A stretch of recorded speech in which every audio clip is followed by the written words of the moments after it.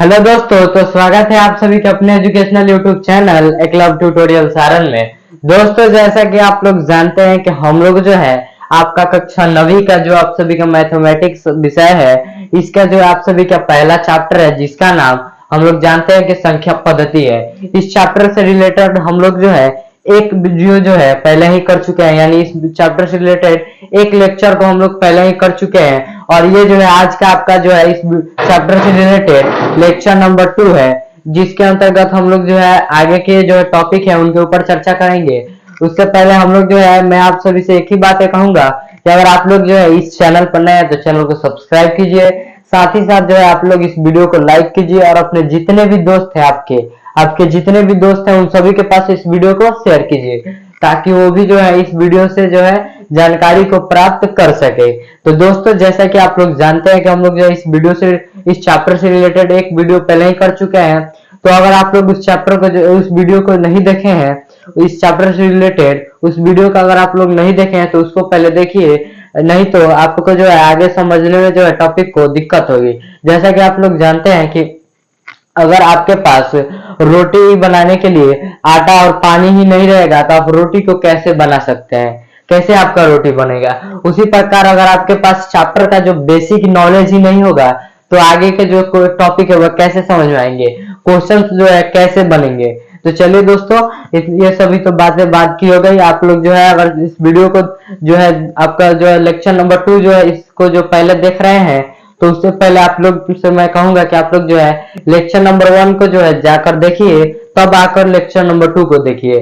तो चलिए दोस्तों, आगे हम लोग बातें कर लेते हैं। आखिर जो लेक्चर नंबर 1 में हम लोग जो है किस किस टॉपिक के ऊपर बातें की थी। तो हम लोगों ने तो सबसे पहले जो है आपकी जो प्राकृत संख्या होती है उनके बारे में हम लोग जाना था। उसके बाद पूर्ण संख्या के बारे में हम लोगों ने जाना था। फिर हम लोगों ने पूर्णांक संख्या के बारे में जाना था। फिर हम लोगों ने भिन्न संख्या के बारे में जाना था। उसके बाद परिमेय संख्या, अपरिमेय संख्या और वास्तविक संख्या, इतने सारे संख्याओं के प्रकार के बारे में हम लोगों ने जान लिया था। उसके बाद हम लोगों ने जाना था कि क्वेश्चन से हम लोगों ने देखा था कि आखिर जो है 2 और 3, 4 या 5 दो संख्याओं के बीच के जो है परिमेय संख्या हम कैसे ज्ञात करेंगे। 5 परिमेय संख्या निकालने के लिए मैंने बताया था, 7 परिमेय संख्या निकालने के लिए बताया था। मैंने आपको शुरू में ही बताया था कि मैं इससे रिलेटेड जो है 3 जो है आपको ट्रिक बताऊंगा, यानी 3 जो है आपको फॉर्मूले बताऊंगा कैसे आप 3 तरीके से निकाल सकते हैं। जिसमें से हम लोगों ने 2 तरीके के ऊपर हम लोग जो है पहले ही बातें कर चुके थे लेक्चर नंबर 1 में, और मैंने कहा था कि आपका जो लेक्चर नंबर 2 होगा उसमें हम लोग जो है तीसरे तरीके के ऊपर बातें करूंगा। तो मैं आप सभी से बता दूं कि ये जो आपका तीसरा तरीका ये आप लोगों के लिए अभी नहीं है, क्योंकि आप लोगों के बुक में जो है वो 2 ही तरीका को जो है दिया गया है। तो हम लोग जो है इस दोनों तरीके के बात ऊपर ही बातें करेंगे और इसी से जो है हम लोग क्वेश्चन को सॉल्व करेंगे।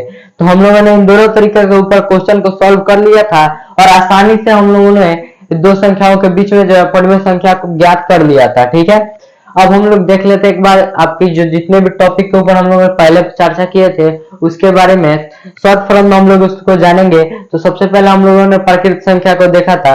इसके अंतर्गत कैसी संख्या आती है, गिनती की जितनी भी संख्याएं होती है उन्हें हम लोग क्या कहते हैं, प्राकृत संख्या कहते हैं। ठीक है, ये कहाँ से शुरू होती है, 1 से शुरू होकर अनंत तक जाती है। ठीक है, उसके बाद हम लोगों ने देखा था पूर्ण संख्या को। पूर्ण संख्या क्या होती है, प्राकृत संख्या जितना होती है उनमें जो हम लोग 0 को शामिल कर लेते हैं, उस समूह में हम 0 को रख देते हैं तो वो क्या होती है, प्राकृत संख्या से पूर्ण संख्या हो जाती है।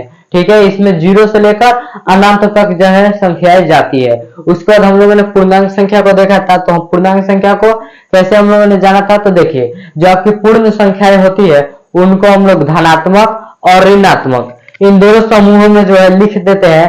तो जो संख्याओं का समूह बनता है उसे हम लोग क्या कहते हैं, उसे हम लोग जो है पूर्ण संख्या कहते हैं। ठीक है, उसके बाद हम लोगों ने देखा था भिन्न संख्याएं। भिन्न संख्या क्या होती है, तो जो संख्या जो है बटे में लिखी जाती है, बटे के रूप में लिखी जाती है, जैसे 2/3, 4/5, 6/8, इन सभी संख्याओं को हम लोग क्या कहते हैं, भिन्न कहते हैं। जिसके अंतर्गत हम लोग वास्तविक संख्याओं को देखे थे। वास्तविक संख्या क्या थी, परिमेय संख्या और अपरिमेय संख्या के समूह को हम लोग वास्तविक संख्या कहते हैं। तो हम लोगों ने पहले देखा था परिमेय संख्या को। तो परिमेय संख्या क्या होती है, जो संख्या p/q के रूप में लिखी जाती है और p व q दोनों जो है क्या होती है, पूर्णांक होती है। आपकी q जो है 0 के बराबर नहीं होती है, उसे हम लोग क्या कहते हैं, आपकी परिमेय संख्या कहते हैं। जबकि अपरिमेय संख्या किसे कहते हैं हम लोग, वैसी संख्या जिन्हें हम लोग p बटे q के रूप में नहीं लिख सकते हैं। आपका p और q जो है पूर्णांक होने चाहिए, और आपकी जो q है वो 0 के बराबर नहीं होनी चाहिए। इन दोनों में कंडीशन सेम है, लेकिन अंतर इतना क्या है, उसमें परिमेय संख्या पूर्ण संख्या जो है होनी चाहिए, इसमें जो है पूर्ण संख्या नहीं होती है। यानी ऐसी पूर्ण संख्या जिन्हें हम लोग p बटा q के रूप में लिख सकते हैं, एक में नहीं लिख सकते हैं। ठीक है, आपकी परिमेय संख्या के एग्जाम्पल क्या हो जाएंगे, आपके परिमेय संख्या के एग्जाम्पल हम लोगों ने देखा था, क्या हो जाएंगे। उसके बाद हम लोगों ने देखा था अपरिमेय संख्याओं के उदाहरणों के बारे में। इतने सारे टॉपिक के ऊपर हम लोगों ने तो बातें कर ली थी। अब आइए आप सभी की वास्तविक संख्याएं जो होती है उनके दशमलव प्रसार के बारे में। आप लोगों ने कक्षा 8वीं 7वीं में ही इस चीजों के बारे में जान लिए थे। आपको जो है ये जो टॉपिक है बहुत ही तंग करता होगा हमेशा। इसका दशमलव को निकालिए, इतना दशमलव इतना से भाग कीजिए, 6.2 से 3.2 में गुना कीजिए। यही दशमलव वाले चीजों के बारे में आज अब हम लोग बातें करेंगे।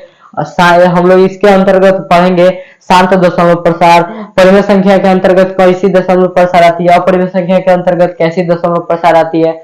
एक सामूहिक रूप में हम लोग यहाँ पे अभी देख लेते हैं आपकी जो है दशमलव प्रसार के अंतर्गत किस किस टॉपिक के ऊपर हम लोग जो है बातें करेंगे। तो चलिए अब हम लोग देखते हैं आप सभी का जो है वास्तविक संख्याओं के दशमलव प्रसार के बारे में, आखिर ये क्या होता है।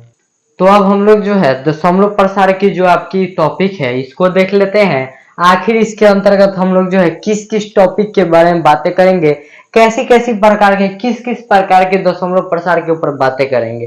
तो चलिए हम लोग देख लेते हैं।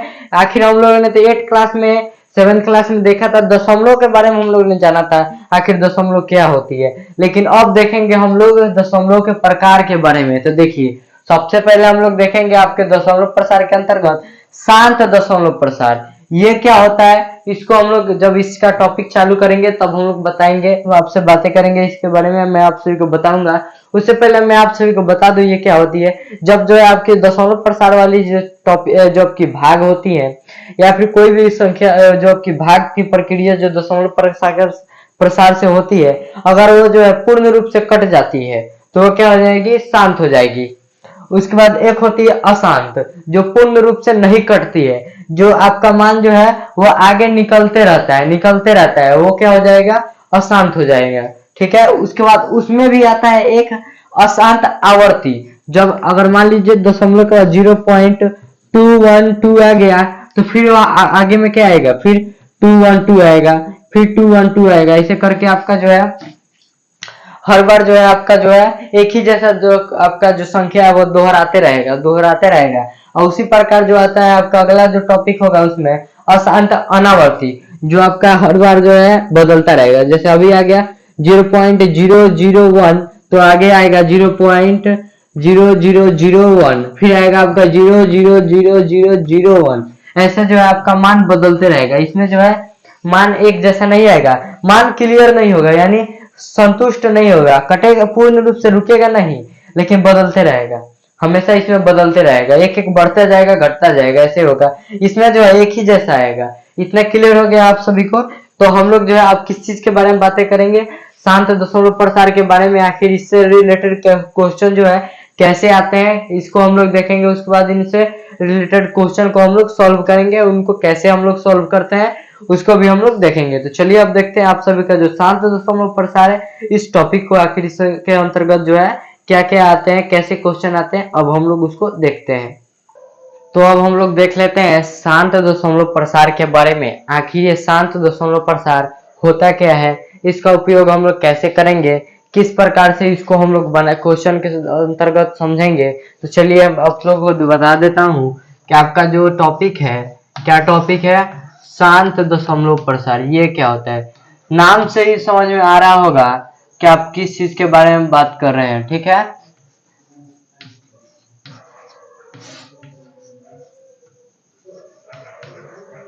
ठीक है, शांत दशमलव प्रसार के बारे में हम लोग बातें करेंगे। ठीक है, आखिर शांत दशमलव प्रसार जो है वो क्या होता है। तो देखिए जब आप किसी संख्या से, जैसे आप अगर कोई परिमेय संख्या आप लेते हैं, तो ये हम लोग दशमलव प्रसार किसके लिए देख रहे थे, आप लोगों को मैंने पहले ही बताया था, वास्तविक संख्याओं का दशमलव प्रसार हम लोग देखेंगे। तो ये क्या होता है, तो वास्तविक संख्या के अंतर्गत क्या क्या आती है? वास्तविक संख्या के अंतर्गत आपकी जो है परिमेय संख्या आती है, अपरिमेय संख्या आती है। ये दोनों संख्याएं जो है आपकी वास्तविक संख्या के अंतर्गत आती है।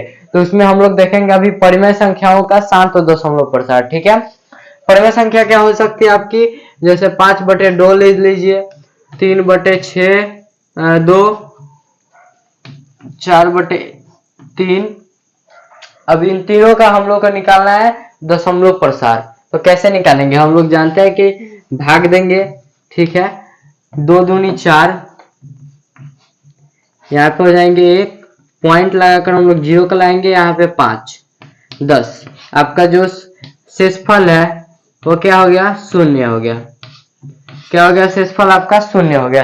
यानी आपका जो परिमेय संख्या दिया गया है, आपकी जो संख्याएं दी गई हैं उनका दशमलव प्रसार क्या हो गया? शांत हो गया। ठीक है, ऐसा ही अगर आपसे कोई क्वेश्चन पूछता है कि बताइए परिमेय संख्याओं का शांत दशमलव प्रसार के लिए क्या क्या जो है महत्वपूर्ण बिंदु जो है क्या क्या होने चाहिए, जैसे क्या क्या किस चीज पर निर्भर करता है। तो देखिए आप लोग बताएंगे, जब किसी परिमेय संख्या का दशमलव प्रसार जो है शांत होता है तो उसका शेषफल जो है वो 0 हो जाता है।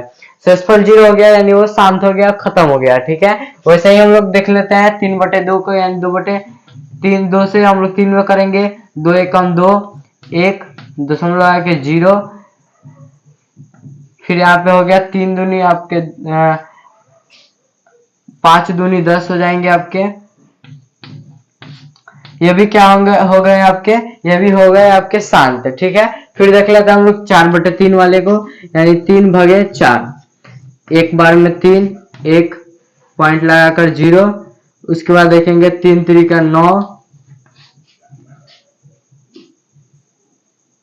यहाँ पे फिर से हो गया पॉइंट है तो 0, फिर 3 3 9, ये आते रहेगा। तो ये जो है आपके शांत के अंतर्गत तो नहीं आएगा, लेकिन ये क्या हो जाएंगे? अशांत आवर्ती के अंतर्गत आएंगे। तो ये जो है एग्जाम्पल जो है आपका शांत के लिए नहीं होगा।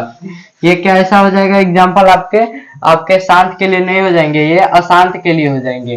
अशांत दशमलव प्रसार के वो जो है एग्जाम्पल हो जाएगा। ठीक है, तो ऐसे ही आपका जो है शांत दशमलव प्रसार के क्वेश्चन जो है आप सभी के ऐसे ही सॉल्व होंगे। और आपके जो अगर किसी संख्या दे दिया जाता है उसका दशमलव प्रसार आप शांत कीजिए तो आप ऐसे ही उसका निकालेंगे। ठीक है, इतना तो क्लियर हो चुका होगा आप सभी को। अब हम लोग देखेंगे आप सभी का अगला जो टॉपिक है उसको आखिर वो क्या कहता है। तो आप सभी का अब जो अगला टॉपिक है वो क्या है? अशांत जो है आवर्ती का दशमलव प्रसार के बारे में है। तो ये कैसा दशमलव प्रसार है? अशांत आवर्ती, यानी नाम से ही पता है वो क्या होगा? अशांत होगा, शांत तो होगा नहीं। और आवर्ती का मतलब क्या होता है? बार बार आना, बार बार दोहराना। तो इसका डिफिनेशन अगर आपसे कोई पूछेगा या फिर बताने को कहेगा तब क्या बताएंगे? तो देखिए, ऐसा दशमलव प्रसार जो दशमलव के बाद भी शांत ना हो उसे हम लोग क्या कहते हैं? अशांत आवर्ती का दशमलव प्रसार कहते हैं। उदाहरण के लिए अगर हम लोग देखते हैं तो आपके 1/3 को देखिए, 4/6 को देखिए, ये सब जो है क्या हो जाएंगे? आपके इसके उदाहरण हो जाएंगे। एक बार हल करके हम लोग देख लेते हैं। तो देखिए 3 से 1 में अगर हम लोग करते हैं तो उससे पहले हम लोग को 0 बैठाना पड़ेगा, क्योंकि छोटी संख्या है तो 0 यहाँ पे लाने के लिए। फिर हम लोग दशमलव लगाकर क्या करेंगे? 3 3 9 कर देंगे। ठीक है, 1 आएगा, फिर दशमलव है तो 0, 3 3 9, फिर 1, यानी आप देख रहे हैं यहाँ पे भी 1 आया घटने के बाद, फिर यहाँ पे 1 आया, फिर एक स्टेप अगर हम लोग बढ़ेंगे फिर भी 1 आएगा। हमेशा शेषफल एक ही जैसा आ रहा है। इधर भी आपका जो है भागफल है वो भी जो है एक जैसा आ रहा है, यानी ये क्या हो जाएंगे? आपके अशांत है। ये तो क्या है? अशांत है। दशमलव के बाद जो है संख्याएं बढ़ती जा रही है, रुक नहीं रही है, अशांत है। और क्या है? आवर्ती है, बार बार एक ही आ रहा है। यहाँ पे देख सकते हैं बार बार आपकी एक ही जैसी संख्या आ रही है, यानी क्या है? अशांत आवर्ती है। इसके लिए हम लोग क्या कहते हैं? अगर ये इधर बढ़ती जाएगी 3 3 3 3 3 3 3 3 आते जाएगी तो इतना ना लिखकर हम लोग क्या करते हैं? इसमें ऊपर हम लोग एक लाइन खींच देते हैं। ठीक है, यानी इससे समझ में आ जाता है कि आपकी जो संख्याएं हैं ये क्या है? अशांत आवर्ती की है। ठीक है, इतना क्लियर हो गया। फिर हम लोग देख लेते हैं 4/6, यानी 6/4 को, 6/4 को। फिर उसी प्रकार 0 लगाकर यहाँ पे आपको लगाना पड़ेगा, फिर पॉइंट लगाकर 6 35 6 36, 6 बार में 36 हो गया, फिर यहाँ पे 4 आएगा, फिर पॉइंट है तो 0, फिर 6 बार में 36, हर बार यही आएगा। क्या हो जाएगा? हर बार यही आएगा, फिर से 6 बार में 36। हर बार आपकी संख्याएं जो है 4 ही आएंगी, शेषफल में 4 ही आएगा। हर बार यहाँ पे आपकी 6 6 6 6 6 ही आएगा, क्योंकि क्या है, ये अशांत आवर्ती का जो है दशमलव प्रसार का उदाहरण है। ठीक है, इतना तो क्लियर हो चुका होगा आपको। अगर आपसे कोई एग्जांपल में पूछेगा तो आप ये लिख सकते हैं, या फिर ऐसे दे दीजिए एग्जांपल, जैसे 0.222333 ऐसे, या फिर ऐसे आप एग्जांपल इसका लिख सकते हैं। एग्जांपल में जैसे 1 2 3 आ गया, फिर एक बार आ जा रहा है पॉइंट के बाद 1 2 3, फिर पॉइंट के इधर फिर आ रहा है 1 2 3, यानी 1 2 3 जो है बार बार दोहरा रहा है, बार बार दोहरा रहा है। ठीक है, इतना क्लियर हो गया आपको। इसको आप ऐसे लिख सकते हैं 0.232323 ऐसे। ठीक है, तो ये जो है कुछ एग्जांपल हो गए आपके अशांत आवर्ती के दशमलव प्रसार के। ठीक है, अब आगे का टॉपिक को हम लोग देखेंगे। आप सभी का आगे का जो टॉपिक है वो क्या है, उम्मीद करता हूँ आप लोगों को ये जो टॉपिक है वो अच्छी तरह से समझ में आ गए होंगे। तो आगे हम लोग देखते हैं आप सभी के अगले टॉपिक को, आखिर वो क्या है। तो अब हम लोग जो है बातें कर लेते हैं। अब आपका जो अगला टॉपिक है वह है अशांत अनावर्ती का दशमलव प्रसार। तो ये जो टॉपिक है वो क्या है, अशांत अनावर्ती। इसी से पता चल रहा है कि ये जो है, जो भी इसमें जो है, जो आपके उदाहरण आएंगे वो तो है अशांत होंगे, और अनावर्ती क्या होंगे, यानी आवर्ती, यानी एक बार बार नहीं आएंगे। एग्जाम्पल के लिए हम लोग जो है, उदाहरण के लिए ले लेते हैं हम लोग √2 को। तो देखिए √2 का जो है दशमलव प्रसार कितना होता है, तो मैं आप सभी को बता दूं, √2 का जो दशमलव प्रसार है 1.41421। ठीक है, कितना होता है, 1.41421 आते रहता है। ठीक है, तो क्या है, उदाहरण के लिए आपका √2 जो है क्या है, आपका जो है अशांत अनावर्ती का दशमलव प्रसार का जो है उदाहरण हो गया। तो देखिए इसमें मैं एक बात और आपको बता दूं कि ये जो है अशांत अनावर्ती का जो दशमलव प्रसार है केवल और केवल अपरिमेय संख्याओं के लिए। किसके लिए? केवल और केवल आपकी जो अपरिमेय संख्याएं हैं। कौन सी संख्याएं? अपरिमेय संख्याएं। ठीक है, अपरिमेय जो आपकी संख्याएं हैं इसके लिए है, इसमें परिमेय संख्याओं की कोई जगह नहीं है। ठीक है, ये केवल और केवल किसके लिए है? अपरिमेय संख्याओं के लिए। एक और बात मैं आपसे बताऊंगा कि आप लोग जो हमेशा इसका इस्तेमाल करते रहेंगे, क्या है ये? पाई, जिसका हम लोग मान कितना लिखते हैं? 22/7। कितना लिखते हैं? 22/7। लेकिन हम लोग जानते हैं कि इसका जो मान है वो 22/7 नहीं होता है, वह इसका निकटतम मान होता है। इसका मान जो है दशमलव प्रसार में कितना होता है? 3.14 समथिंग आता है। ठीक है, इसका मान जो है 3.14 समथिंग होता है। तो पाई भी क्या है? एक अपरिमेय संख्या, हम लोग ये पहले से ही जानते हैं। तो पाई जो है क्या हो जाएगा? अशांत अनावर्ती का जो दशमलव प्रसार है उसका जो है उदाहरण हो जाएगा। तो चलिए अब हम लोग जो है, जो आपकी परिमेय संख्याएं हैं, अपरिमेय संख्याएं हैं, उनको जो है, उनका जो दशमलव प्रसार है उसको P/Q के रूप में कैसे व्यक्त करेंगे। जो आपकी जो है आपकी परिमेय संख्याएं हैं, जैसे मान लीजिए अगर आपकी जो परिमेय संख्याएं हैं, हम लोग हेडिंग को मिटाएंगे, और जो आपकी परिमेय संख्या है उसका जो है हम लोग अब देखेंगे दशमलव प्रसार से जो है P/Q के रूप में हम लोग कैसे लिखेंगे। जैसे कि उदाहरण के लिए आप लोग जो है किसी भी संख्या को ले सकते हैं। जैसे हम उदाहरण के लिए हम लोग लेंगे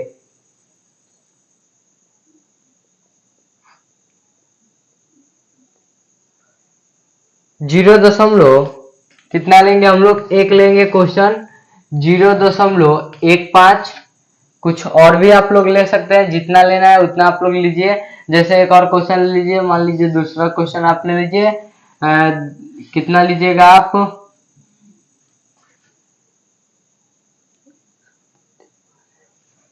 ले लीजिए आप 1.235। ठीक है, अब इन दोनों दशमलव जो आपकी ये जो संख्याएं हैं, ये जो है परिमेय संख्याओं का जो है दशमलव प्रसार है। ठीक है, देखकर ही समझ में आ रहा है ये शांत हो गया, यानी परिमेय संख्या का ही होगा। अशांत तो है जो किसके लिए है? अपरिमेय संख्याओं के लिए।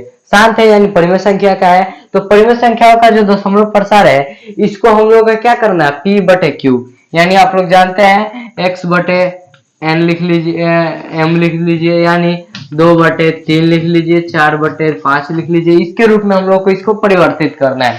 तो देखिए इसको हम लोग कैसे परिवर्तित करेंगे, एक बार इसको देख लेते हैं हम लोग। आपका जो यहाँ पे मान हम लोग का दिया गया है, इसको परिवर्तित करना है। तो हम लोग जो है जैसा कि हल करते हैं, इसको हम लोग हल करेंगे, ठीक है। 0.15 है, तो दशमलव के इधर कितनी संख्याएं हैं, 2 संख्याएं, यानी 1, 5।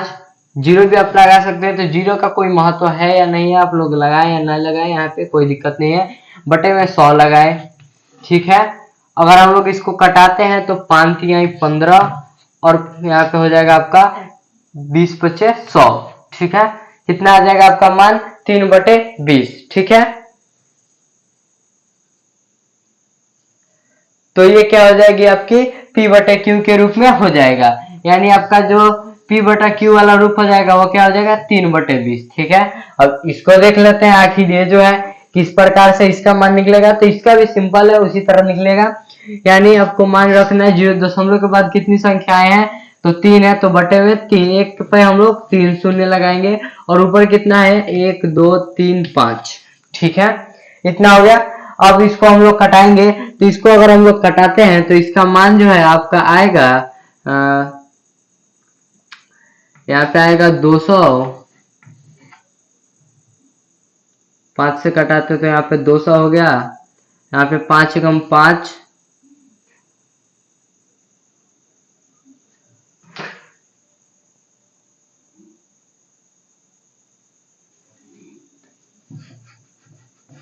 यहाँ पे हो जाएगा 5 दूनी 10, यानी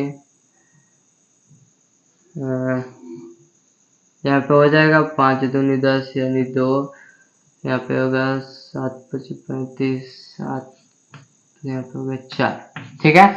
इतना जो है आपका मान हो जाएगा, ये जो हो जाएगा आपका इसका P/Q के रूप में हो जाएगा, ठीक है। तो ये जो है आप सभी का जो है परिमेय संख्याओं का जो है P/Q के रूप में रूपांतरण हो गया, यानी आपका जो परिमेय संख्याओं का दशमलव प्रसार है उसका P/Q रूप में, Q के रूप में हम लोग कैसे लिखेंगे, ये आप सभी को पता चल गया। आगे अब हम लोग देखते हैं अपरिमेय संख्याएं जो आपकी होती है उसको जो है हम लोग P/Q के रूप में कैसे लिखेंगे। तो चलिए देखते हैं आप सभी का जो अगला टॉपिक है उसको, आखिर उसको हम लोग किस प्रकार से करेंगे। तो ठीक है कि हम लोग जो है एक को देख लिए कि ये जो है शांत दशमलव प्रसार है, तो इसका हम लोग जो है P/Q के रूप में रूपांतरण कैसे करेंगे, या फिर इसका P/Q रूप हम लोग कैसे निकालेंगे। लेकिन अगर आपको क्वेश्चन आ जाता है अशांत का, आवर्ती का, तो आप कैसे निकालेंगे। जैसा कि आपको अगर क्वेश्चन आ जाता है 0.3333333333 जिसको हम लोग लिखते हैं इस प्रकार से 0.3 के ऊपर रेफ, ठीक है। 3 के ऊपर हम लोग क्या लगा देंगे, ये एक पाई लगा देते हैं हम लोग, जिससे पता चलता है कि ये क्या है, आवर्ती का है, अशांत आवर्ती का है, ठीक है। तो इसका मान आप कैसे निकालेंगे, ये तो गड़बड़ है बाबा। इसका मान आप कैसे निकालेंगे, तो देखिए यहां समझिए इसका मान हम लोग कैसे निकालेंगे। तो देखिए पहले लिखिए सॉल्व। इसको निकालने से पहले आपको क्या करना होगा,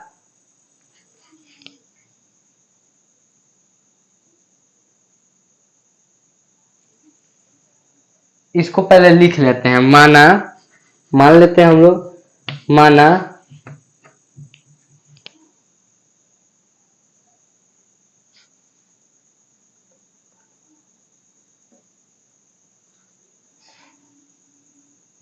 x बराबर कितना है आपका, x का मान हम लोग मान लेते हैं 0.3333, यानी आपका हो गया 0.3।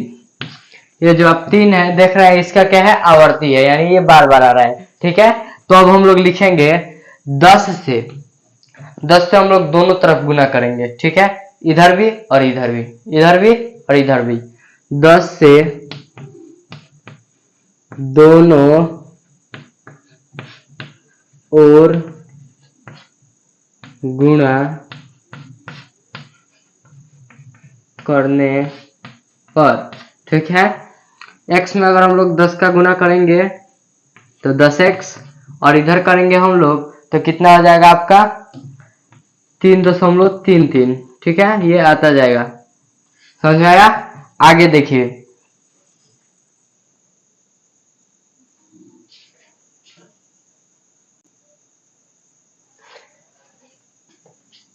तो आगे अब हम लोग जो है सबसे पहले इसको हम लोग मान लेते हैं, यहाँ पे इसको हम लोग समीकरण 1 मान लेंगे और इसको हम लोग समीकरण 2 मान लेंगे, ठीक है।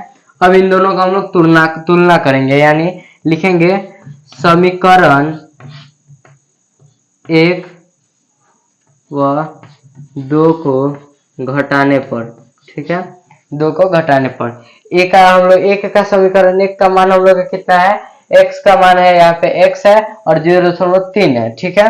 तो यहाँ पे आपका समीकरण 2 में क्या है, ये है, यानी समीकरण 2 में से आपको एक में को जो है घटाना है, ठीक है। समीकरण 2 से 1 को घटाना है तो देखिए कितना है 10x माइनस का आपका कितना दिया गया है समीकरण 1 में x बराबर में कितना है आपको यहाँ पे देख सकते हैं 3 आपको यहाँ पे कितना 3 है, 3 है तो यहाँ पे भी आप 3 लगा लीजिए। तो देखिए 3.3 माइनस के कितना करना है 0.333, ठीक है। अब इसको हम लोग घटाएंगे, ठीक है। इसको अगर हम लोग घटाते हैं तो इतना से तो इतना कट गया, बचा के आपका 3.0, तो ये कितना हो जाएगा आपका 3 हो जाएगा इधर, और यहाँ पे आपका कितना है 10x माइनस x कितना हो जाएगा आपका यहाँ पे 9x। इतना तो क्लियर हो गया होगा आपको।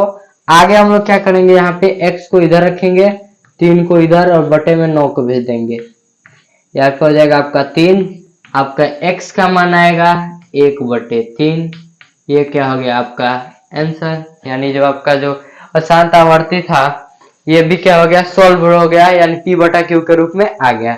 तो इस प्रकार से आप लोग जो है अशांत आवर्ती का भी अगर कोई आपसे उदाहरण दे देता है, क्वेश्चन दे देता है उसको p/q के रूप में लिखने के लिए, तो इस प्रकार से आप लोग निकाल सकते हैं। जो मान है उसको इधर लिखे हैं, समीकरण 1 मान लेंगे वहां पे, उसके बाद 10 से दोनों तरफ गुना कर देंगे, उसके बाद उसको समीकरण 2 मानकर हम लोग दोनों को घटा देंगे, तब जाकर जो है आपकी मान जो है वो निकल जाएगी।